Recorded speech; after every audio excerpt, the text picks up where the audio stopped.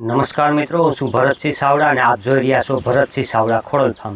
મિત્રો, હવે આપણે એક પોસ્ટ દ્વારા માહિતી આપેલી હતી કે એક જે આ વેલ છે એ વેલનું નામ શું છે, તેના ફાયદા શું છે અને તેમનો અંદર ઉલ્લેખ આપણે લખેલો હતો.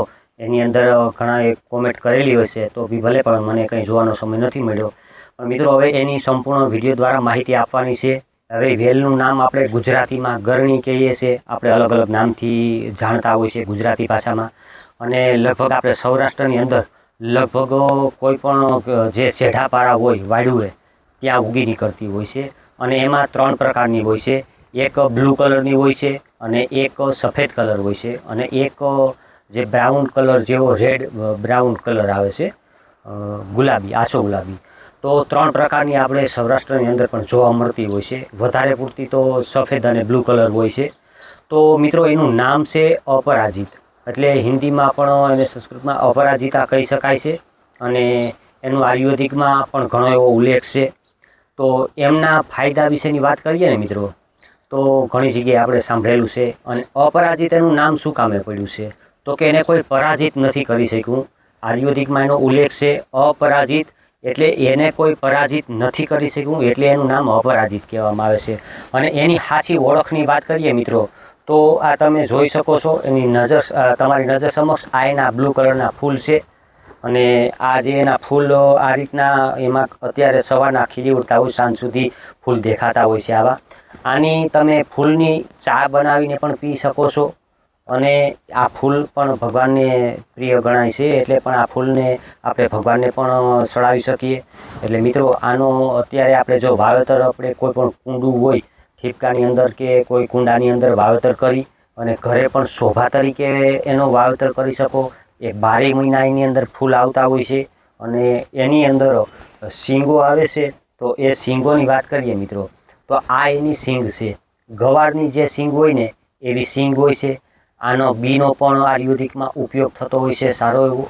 અને આ જે એના પાંદ છે, આ પાંદ છે, પાંદ 5 પાખડીવાળા પાંદ હોય છે. આની સાચી ઓળખાણ, આ એક જે સણોઠડી આવે છે, લાલ અને સફેદને સણોઠડી હોય, એ સણોઠડીનો જે પાવડર આવે છે ને, એમ પણ આના પાંદનો પાવડરનો ઉપયોગ થઈ શકે છે.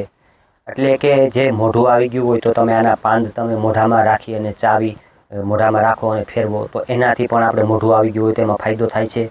અને આના આયુર્વેદિક ઉપયોગની આપણે વાત કરીએ મિત્રો, તો જો આની અંદર તો આમાં ઘણા એવા એના ઉલ્લેખ છે.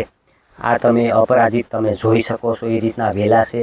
હવે આ કેમાં ઉપયોગ થઈ શકે, તો મિત્રો, મોઢું આવી ગયું હોય, આપણે આતરની ગરમી હોય, તો એની અંદર પણ આનો ઉલ્લેખ છે કે આને તમે ઉપયોગ કરી શકો.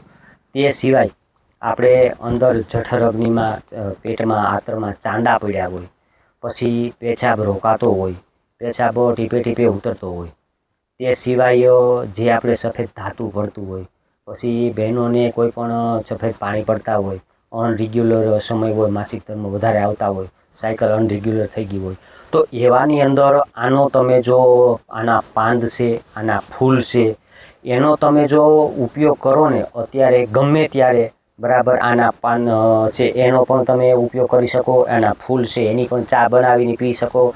એટલે કે આના એક અડધી મુઠ્ઠી જેટલા પાંદ લઈ અને એનો ઉકાળો કરીને પણ પી શકાય. આના ફૂલ છે એ ફૂલની પણ તમે એટલા ફૂલ તોડી, 15-20 ફૂલ તોડી અને એને સાંજે પલાળી દો, અથવા તો સવારમાં તમે ધોઈ અને એને પણ તમે જો એનો ઉકાળો કરી અને પીવું, તો એનાથી પણ સારો એવો ફાયદો થાય છે. પછી જે ટાઇફોઇડ થતો હોય, આંતરની ગરમી હોય, ચાંદા પડતા હોય, મોઢું આવી જતું હોય, આવી હરેક બીમારીઓની અંદર આનો આયુર્વેદિકમાં ઉલ્લેખ છે મિત્રો. એટલે મારી જાણકારી મુજબ હું તમને માહિતી આપું છું કે આનો મેં ખુદ પણ પ્રયોગ કરેલો છે. અને હું તો આના બીજથી માંડી પાંદ ફૂલ બધાનો પ્રયોગ કરું છું. કારણ કે મને પણ થોડી એવી પ્રોબ્લેમ હતી, એટલે મેં આનાથી સારું એવું રિઝલ્ટ મેળવેલું છે. પણ તમને કોઈને જે કંઈ તકલીફ એવી હોય તો તમે ઉપયોગ કરો, તમારી તાસીર પ્રમાણે એક કોઈ પણ આયુર્વેદિક સલાહ લીધા મુજબ ઉપયોગ કરવો જોઈએ. કોઈની તાસીરની અંદર ફેરફાર હોય તો પણ કોઈને ફાવટ ન આવે તો વાત અલગ છે મિત્રો. પણ અમે કોઈ એવું નથી કહેતા કે આનો તમે આટલો ઉપયોગ કરો. પણ આ માહિતી મેં તમારા સુધી એ કારણથી પહોંચાડી છે કે આ લગભગ ઘણા એવા માણસોને પ્રોબ્લેમ હોય છે. અને આની ઓળખ એટલે લગભગ સૌરાષ્ટ્રની અંદર જો તમે ઓળખતા હોય તો આને અપરાજિતા કહેવાય છે. એની અંદર આ ફૂલ બ્લુ કલરના અને સફેદ કલરના વધારે જોવા મળતા હોય. અને એક એની ઓળખાણ કે અત્યારના સમયમાં આ જે ગવાર જેવી જે શીંગો થાય છે એ શીંગો અને ફૂલ જોઈ અને તમે ઓળખી જશો. અને એના પાંદમાં છે 5 અને 7 પાન આ રીતના જોવા મળતા હોય. તો આ એની ઓળખાણ છે.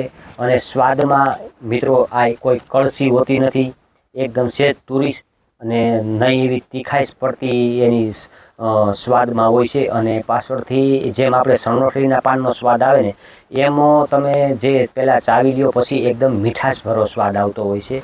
તો આ અપરાજિતનો ઉપયોગ ખરેખર મિત્રો આપણે સૌરાષ્ટ્રની અંદર બહુ થતી હોય છે, પણ આપણે જાણતા નથી એટલે એનો ઉપયોગ નથી કરી શકતા.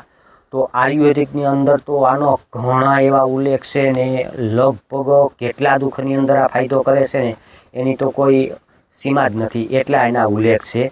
અપરાજિત એટલે કે એને કોઈ પરાજિત નથી કરી શક્યું ને એટલે એનું અપરાજિત નામ પાડવામાં આવેલું છે મિત્રો આયુર્વેદિકમાં. તો આ અપરાજિતને મિત્રો કોઈ પણ જગ્યાએ તમને જોવા મળે તો એની સિંગ પાકેલી હોય તો આ સિંગને તમે તોડી પાકેલી અને તમે ઘરની આસપાસ વાવો, કુંડાની અંદર વાવો. એક શોભા તરીકે વેલનો પણ ઉપયોગ થાય અને આયુર્વેદિકની અંદર એટલું આપણે દવામાં પણ ઉપયોગ થાય.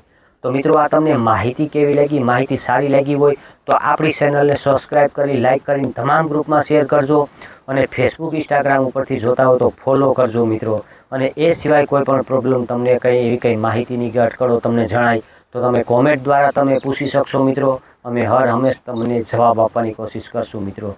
તો આ હતી આપણે અપરાજિત વિશેની માહિતી. હવે આપણે નેક્સ્ટ વિડીયોની અંદર આપણે બીજી ઔષધિ વિશેની એક વાત કરશું. આપણે ખેતીના વિડીયો મૂકતા હોય એની અંદર આપણે મિત્રો અલગ અલગ આપણે આવી ઔષધિઓનો ઉપયોગ થતો હોય એમનો તમને માહિતી આપતા રહેશું. અને તે સિવાય મિત્રો આ પશુઓને ખવડાવવામાં બહુ બેસ્ટ ઉપયોગી ગણી શકાય.